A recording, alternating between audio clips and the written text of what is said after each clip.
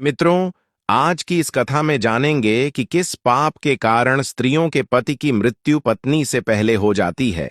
ऐसा कौन सा पाप करती हैं स्त्रियां जो उन्हें विधवा का रूप समय से पहले देखना पड़ता है? कौन सी स्त्रियों के भाग्य में विधवा का रूप देखना लिखा होता है? ऐसी कौन सी गलतियां स्त्रियां करती हैं अपने जीवन में जो उनके पति की मृत्यु जवानी में ही हो जाती है, यानी कि वह बुढ़ापे तक नहीं चल पाते और पत्नी से पहले ही मृत्यु को प्राप्त हो जाते हैं? क्या सच में ऐसा स्त्रियों के किस्मत में होता है? और एक ऐसी औरत जिसके हाथों की मेहंदी अभी सूखी भी नहीं थी और उसकी मांग से सुहाग छिन गया। लोग बोले किस्मत खराब थी।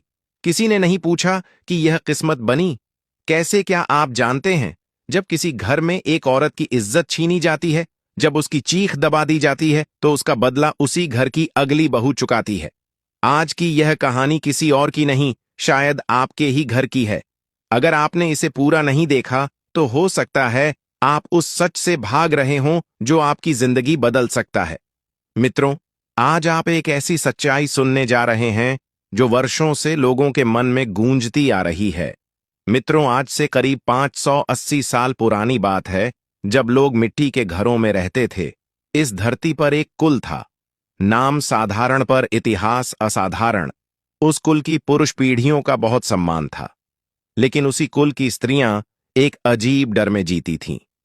कहते थे कि उस कुल की औरतें अपने पति का सुहाग ज्यादा समय तक नहीं देख पाती। किसी को पता नहीं था क्यों। कोई रोग मानता, कोई तारा मानता, कोई भाग्य कहकर छोड़ देता। अब कहानी लौटती है वर्तमान में, जहां उस श्राप की आखिरी चोट दुर्गा पर पड़ी।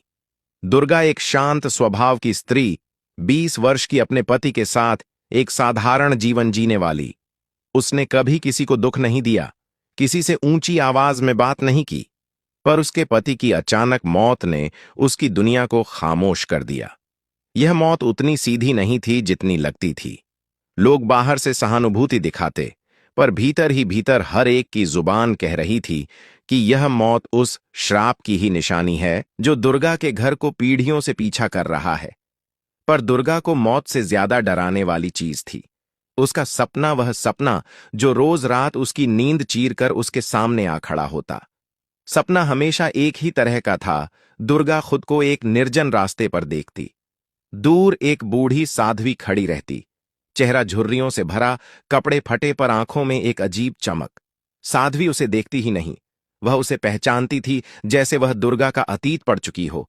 साध्वी फुसफुसाती, तेरे कुल ने जो पाप किया, और ठीक यही सपना टूट जाता। हर बार एक ही शब्द, हर बार वही अधूरा वाक्य, हर बार वही बेचैनी। दुर्गा एक नहीं, दो नहीं, 3 महीने से यही सपना देख रही थी, और उसके पति की मौत उसी अवधि में हुई थी जिसमें सपना शुरू हुआ था। दुर्गा इससे किसी को कुछ नहीं बताती थी। वह चाहती थी कि सपना कोई बुरा वहम हो, लेकिन वही सपना एक दिन उससे सच का दरवाजा खोलने वाला था। एक खास रात दुर्गा अपने सपने से हड़बड़ाकर उठी। उसकी सांस तेज चल रही थी, दिल की धड़कन पसलियों से टकरा रही थी। उसने कमरे में नजरें घुमाई, सब सामान्य था। बस एक चीज छोड़कर, दरवाजे के नीचे काले धुएं जैसा निशान था। एक गोल चिन्ह, जैसे किसी ने आग की राख यहां रखी और वह धुआं बनकर जम गया। दुर्गा ने पहले सोचा शायद कोई कालिक होगी, पर जब उसने हाथ लगाया उसे ठंडक लगी, अजीब बर्फ जैसी ठंड। ये साधारण चीज नहीं थी। काली रेखा के पास एक छोटा मोती पड़ा था। मोती टूटा हुआ था, जैसे किसी के गले का हार फटकर गिरा हो। मोती पर हल्का सा लाल निशान था, रंग ऐसा जैसे खून का सूखा कण। दुर्गा एक पल को ठिठक गई। उसके मन में कुछ जागा। उसने मोती उठाया और अपने पास दबा लिया। वह जानती थी कि कोई इसे देख लेगा तो गलत बातें फैलेंगी, और ऊपर से कल रात आए सपने से यह मोती जुड़ा हुआ लगता था। पर कैसे? यह सवाल उसे दूसरे दिन कहीं और खींचने वाला था। सुबह सूरज निकला, पर दुर्गा का मन पिछली रात में ही अटका था। वह जानती थी कि कुछ शुरू हो चुका है, और यह साधारण घटना नहीं। गांव में बात का असर तेज होता है। दुर्गा घर से बाहर निकली भी नहीं थी कि उसे कुछ महिलाओं की फुसफुसाहट सुनाई देने लगी। यह घर अच्छा नहीं, इस घर की औरतें सुख नहीं देखती। पता नहीं कौन सा पाप किया था इनके पुरखों ने। दुर्गा ने इन बातों की आदत डाल रखी थी, पर आज यह बातें सीधा दिल में जाकर ढंसती जा रही थीं। शायद इसलिए क्योंकि आज उसके हाथ में वह मोती था जिसने उसके मन में डर को शब्द दे दिए थे। सबसे पहले दुर्गा अपनी बूढ़ी मौसी मीनाक्षी दादी से मिलने गई। दादी ने उसे देखा तो नजरें बचाने की कोशिश की। दुर्गा ने जब मोती दिखाया, दादी की सांस अटक गई। उन्होंने कांपते हुए कहा, यह हमारे घर का हिस्सा है, बहुत पुरानी बात है, पर तूने इसे कैसे पाया? दुर्गा ने गहरी सांस ली और धीमी आवाज में सब बता दिया। उसने कहा, दादी, उस साध्वी का चेहरा मुझे साफ दिखता है। हर रात मैं खुद को किसी सुनसान रास्ते पर खड़ी पाती हूं। वह मेरे पास आती है, अपनी सूखी उंगली मेरे चेहरे की तरफ उठाती है और कहती है, तेरे कुल ने जो पाप किया, और बस यही सपना टूट जाता है। हर बार वही शब्द, वही अधूरा वाक्य। ऐसा लगता है जैसे वह मुझे रोक नहीं रही, बल्कि मुझे किसी दबे हुए सच की तरफ धकेल रही है।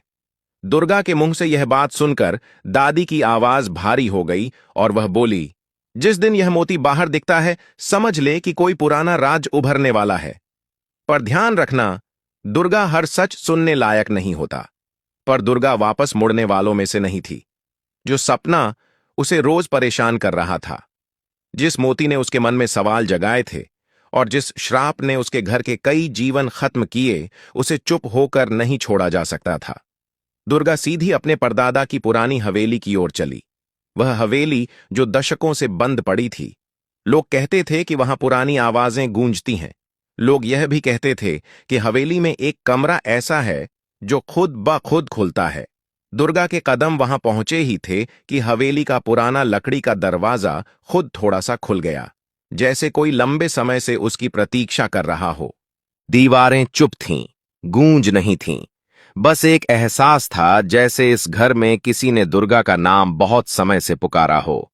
हॉल के अंत में एक पुराना अलमारी कमरा था। दुर्गा ने हाथ लगाया तो अलमारी खुल गई और वहां थी एक पुरानी डायरी। डायरी के पहले पन्ने पर एक नाम लिखा था, गौरी, और ठीक पन्ने के नीचे लिखा था, सच को दबाने वाले कई होते हैं, पर सच को सुनने की हिम्मत एक ही उठाता है। दुर्गा उस डायरी को पकड़कर वहीं बैठ गई। डायरी खुलते ही दुर्गा की आंखों के सामने दुनिया बदल गई। गौरी उस समय लगभग 19 साल की रही होगी। सांवला चेहरा, पतली कलाइयां और आंखों में एक ऐसी सादगी जो किसी भी दिल को जीत ले। वह इस हवेली की नौकरानी थी। सुबह से रात तक काम करती थी। बर्तन मांजना, बुजुर्गों को पानी देना, कपड़े धोना, गाय को चारा डालना। हर कोई उसे गौरी कहकर बुलाता था और वह हर आवाज पर दौड़ जाती थी। काम चाहे कितना भी हो, वह चेहरे पर शिकन नहीं आने देती थी। एक दिन वह आंगन में कपड़े निचोड़ रही थी। धूप हल्की थी, हवाएं धीमी। वह अपने काम में खोई हुई थी। तभी हवेली का बड़ा बेटा आ गया, ऊंची जाति का दंभ से भरा और घर में जिसकी बात कोई टाल नहीं सकता था। वह धीरे धीरे गौरी के पीछे खड़ा हुआ। उसकी चाल में कुछ ऐसा था जिसे देखकर कोई भी सोच सकता था कि वह कुछ गलत इरादे से आया है। गौरी को एहसास भी नहीं हुआ और उसने उसके हाथ को पकड़ लिया। गौरी बोली, साहब, यह क्या कर रहे हैं? मेरा हाथ छोड़िए, यह ठीक नहीं। लड़के की मुस्कान फैल गई, मगर वह मुस्कान सम्मान की नहीं बल्कि हक जताने की थी। लड़का बोला, डरने की जरूरत नहीं, यहां मैं जो चाहूं वही होता है, तू बस चुप रह। अगर तूने जुबान खोली तो कल सुबह से पूरा घर तेरे खिलाफ खड़ा मिलेगा, देख लेना।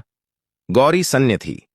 वह कुछ नहीं बोली और वहां से भाग गई, लेकिन वह समझ चुकी थी तूफान शुरू हो चुका है। अगली सुबह हवेली में माहौल बदला हुआ था। औरतें फुसफुसा रही थीं। पुरुष गंभीर चेहरों से एक दूसरे को देख रहे थे। सब ऐसे व्यवहार कर रहे थे जैसे कोई बड़ा पाप गौरी ने किया हो।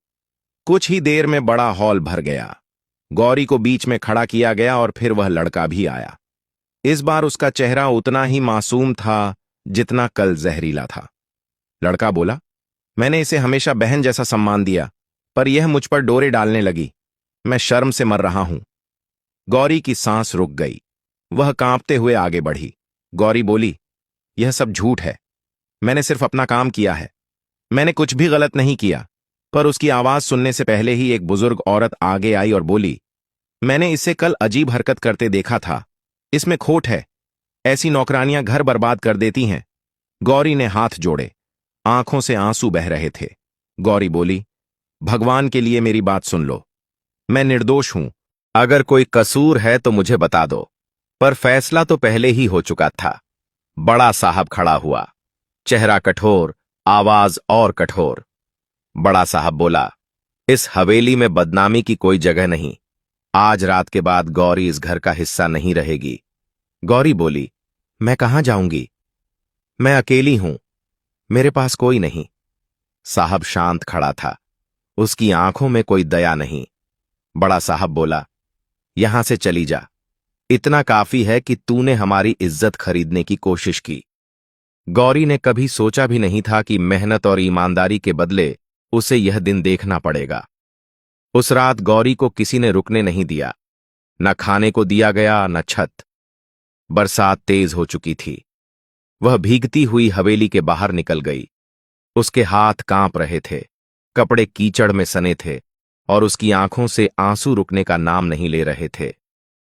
चलते चलते उसका मोती, जो उसकी मां की आखिरी निशानी था, टूटकर नीचे गिर गया। उसने उसे उठाया। मोती कांप रहा था जैसे उसमें भी दर्द भरा हो। नदी तक पहुंचकर गौरी बैठ गई। बारिश और आंसू मिल गए। गौरी बोली, अगर यह घर मेरे सच को नहीं समझा तो समय समझाएगा। उसने आकाश की तरफ देखा और बोली, जिस दिन मेरी आवाज दबाई गई उसी दिन पाप जन्मा और उस पाप का फल इस घर की हर औरत भुगतेगी। फिर वह धीरे खड़ी हुई, एक आखिरी नजर दुनिया पर डाली और नदी में वह कूद गई। पानी ने उसे निगल लिया, पर उसका दर्द नहीं डूबा। वह वहीं रह गया, समय के इंतजार में। गौरी की कहानी जानने के बाद दुर्गा के पैरों तले से जमीन खिसक गई। दुर्गा के हाथों में डायरी थी, पर उसके हाथ कांप रहे थे। दिल धड़क रहा था, आंखें भर आई थीं। वह फुसफुसाई, गौरी, तू एक नौकरानी थी, पर तेरे साथ जो हुआ वह किसी भी इंसान के साथ नहीं होना चाहिए था। दुर्गा स्तब्ध थी। उसके घर ने सिर्फ अत्याचार नहीं किया, एक निर्दोष लड़की की जिंदगी छीन ली थी और उसी दिन एक श्राप जन्मा था जो आज तक उनके खून का पीछा कर रहा था।